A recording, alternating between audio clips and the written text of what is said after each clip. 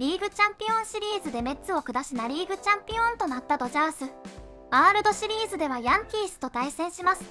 エースとしてチームを支え、残念ながら後半戦は怪我で離脱となったグラスノー選手がファールテリトリーの番組に出演し、ワールドシリーズ進出についてと出場できないことへの悔しさとチームへの思い、大谷選手の投手登板の可能性についてと自身の怪我について語っていました。Hey, great to have you on, Tyler. Good to see you, dude. And I know we'll get to it. You're not pitching in the series, obviously, but are you excited to be part of a World Series team and part of history, like the big picture of what we're dealing with here coming into this Fall Classic?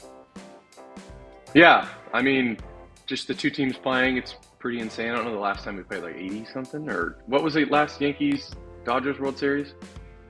81 or 2, right? Something like that. But yeah, right. It's awesome to be a part 81. of it. It sucks to, yeah, there you go. It definitely like sucks not to play, but it's nice to, like when you are hurt and the team is playing well, it makes it a lot easier, I guess. Like if we were to not be playing well or we were to get eliminated, it would be a lot worse of a feeling. But it's, yeah, I'm glad I can be there and support. That's actually a good way to put it. So, of course, you're excited for this series and to be part of an organization that you pitched a lot for this year. But do you not only root for your team, but, you know, when you feel bad that you're not pitching, if they win the World Series, you can at least look back and be like, okay, well, we won. And that is the ultimate goal here. So I pitched for a team. They won. I'm pissed that I got hurt at this time. But if you win, nobody cares, right? Like they just want to, Dodger fans want to win a World Series. They don't care who's freaking pitching in that series. As I know, you know, teammates want to contribute. So do you feel that sense in your rooting interest as well? Yeah, I think there's like the personal side of where like you want to contribute and you want to play, obviously, but I do think like the overall scope, I think when you sign with a team, like when I first got hurt, it's not like it's like a guilt feeling, but it is a fact that like I've dealt with injuries before and then they sign me to this contract and I'm not there to participate in the World Series and the playoffs. And I think that's the reason people, you know, like teams pay guys is to help contribute in the playoffs. That's like the one, or like the only really meaningful, I guess that's what it's all about. So I do think of what you're saying is true. Like as long as we win, it kind of, yeah, it's like that's the point of signing a bunch of guys is to win a World Series. And if we end up doing that, whether it's with me or without me, it's like the ultimate goal was reached. And it feels good to win. Yeah, no doubt about it. You're going to take that ring, whether you play one inning or the whole season for sure. You went down, and we were talking with Mac Muncy. He said you guys had a meeting, man. How much did that meeting mean to you for one, and how much did that help the team going forward? This is when you said what after when? Sorry, it cut out. I think he said after you got injured, you guys had a team meeting. Maybe you weren't. Are you talking about the one before the playoff? Yeah, maybe we had a meeting with playoff. The meeting before we had the playoff. So we've had my fault. Yeah. No, you're good. We've had a few of them for sure. And I think Max and a lot of the guys in there like have that big leadership presence.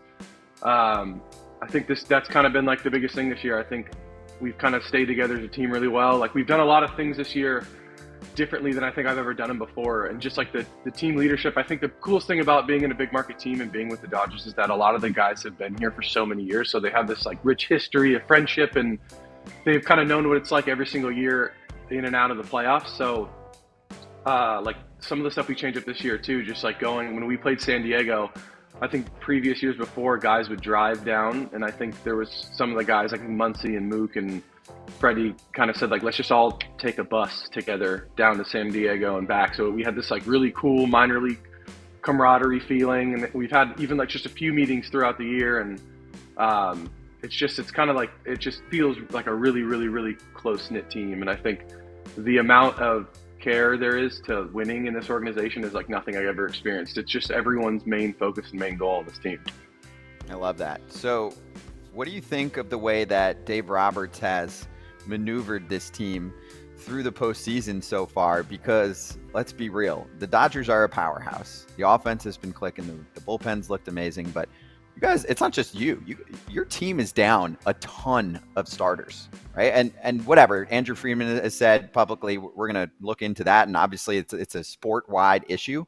But if I told you the list of pitchers that are missing for the Dodgers you'd probably be like, well, they didn't make the World Series this year, and here they are. So how do you think that's gotten to this point with, really, 3 starters right now, and one guy in Walker, who I know you know well now, who really was going through it for most of the year? Yeah, I think it speaks on the the farm system as well, like just the next man up mentality. I think the Dodgers have always done a really good job with that. It's always been like an organization-wide kind of philosophy to just find guys with good talent and develop them, and they do probably the best job of the MLB with that. I think Andrew did a great job with the trades and like bringing a bunch of people over, like Edman and Kopech and Flaherty, and it was just like insane the amount of people that they got in such a short amount of time. I think it kind of speaks on too, just like how close-knit the team is. I think when new guys do come up, you kind of just fit right into the team, and there's such like a big leadership presence of guys who've been there before that were like, it's nice to go into a team and just like fit into a puzzle, as opposed to going to maybe a different team where a lot of the players haven't been there a long time and there's not maybe like a very comfortable feeling, or you kind of have to go and do your own thing. It's just you come here, there's just this nice like plan and almost like a hierarchy type of thing. It's just, I don't know, there's just everyone's a leader, and you come in and fit in, and it's just a nice relaxing type of thing. And I think in a big environment, like a big market, that's the most important thing. I think just eliminating any sort of distraction or eliminating things that you can't eliminate and just worrying about baseball is probably like the biggest thing that helps. And I think guys just come in and just fit in right away. Let me ask you a little about this. Tommy Edman absolutely dominated the NLCS. We're to pitch around a guy like Mookie, Freddie, or Ohtani. Who's the next guy in line? I mean, you got Teoscar, who's done a really good job. But Tommy Edman has been a key factor in this run right now. Talk a little bit about him and how this little man is just coming through left and right. Yeah, he's incredible. I think just the ability for just a baseball player in general, like defensively, you can play anywhere, lefty, right, switch hitter, obviously, probably one of the nicest righty swings I've ever seen. When he first got traded over too, he was just a guy, he came in, fit in right away, wasn't like nervous or anything like that, just got in, knew his ability, came in and has contributed since the first second he's gotten here. And he's like a really close part of this team.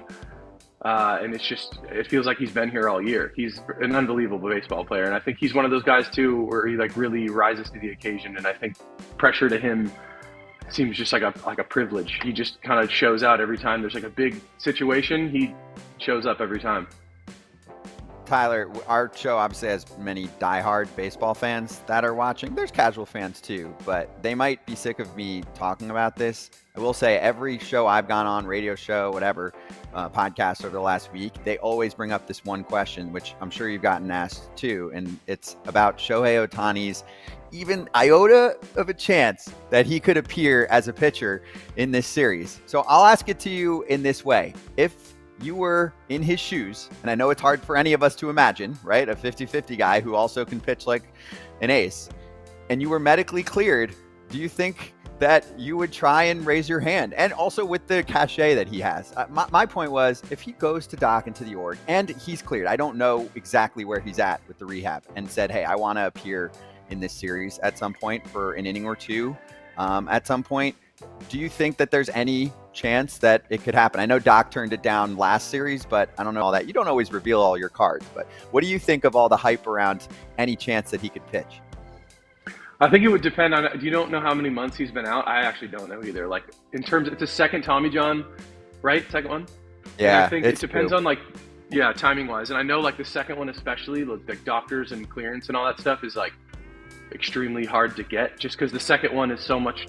It's like 6 more months. I think the first one's 13 to 15 months, and the second one's like 18 to 20 or whatever. And I know the second one, like I said, is just a lot more strict. And I think if you look at it long term too, being a second Tommy John, he just signed for what was it, like 11 years. I think when you like weigh it out in the future, it's probably not the best idea. I think what he's allowed to contribute to, or like what he has been contributing hitting, has been huge. I'm sure if you asked him, he'd be like, I'm down, but I think it's more of a collective decision. And like, I think it takes some time to get back, and you have your bullpens, you got to throw to hitters. And I think depending on feel too, it takes some time. Like you got to get into like a live hitter situation and figure it out. And I don't doubt that Shohei could probably come in and shove and dominate. I just think like the collective cohesive decision of the group. I don't know if I'm not really in the know, but I don't know. I'd be surprised if it happened, but I'm sure he could do it. Talking about coming and pitching, how about yourself? Where are you at physically? And if there was a month left, do you think you'd come back and get on the bump a little bit? I would really like that. I think it's more.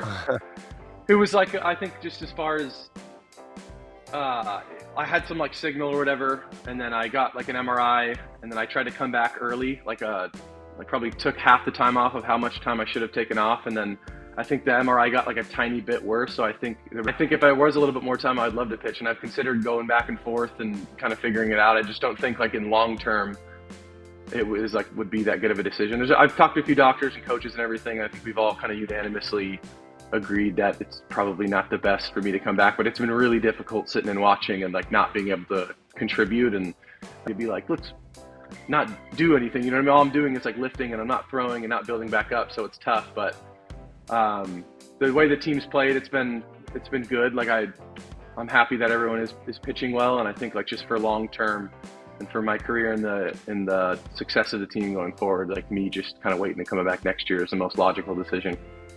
When you first went on the IL, I remember you talking and you were like, I think I'm going to be okay. It's not that big a deal. I'm paraphrasing, obviously, but can you take us through the timeline? Because like you said, there's a difference between taking a little time off, feeling like, oh, cool, my arm's not that bad, and then you start throwing again. Is that when you noticed, okay, now when I picked it back up after missing a start or two, this does not feel like it's in a good spot? Yeah, I think it's just like kind of coming back a little bit earlier, and then like the speed in which I had to ramp up was probably a little quicker too, just because I was trying to go back into the playoffs. And I think I get pretty like locked in pretty early, even in spring. Like when I get a ball and I get on a mound, I can get my feel pretty fast. And I just think like that ramp up was, I just felt like it just felt weird. Like nothing was really in there. It wasn't like fully healed yet. And I feel like if I kept going, something in there probably would have, I don't know what exactly, but it was just like a little tendonitis, like stress reaction, and then getting it re-imaged again, and it was getting worse. And typically if you were to come back and throw, like when you take the full time off and then re-image it, you're not supposed to see any more signal. And I think if I did try to push through it, I think something longer isn't any, and it looks like it's pretty much fully healed. So if I decided to come in now and like ramp up, I don't think I could get ready in time anyway, but I'm just excited that I'll be good to go for next year. この大舞台に出場できないことの悔しさは計り知れないでしょう。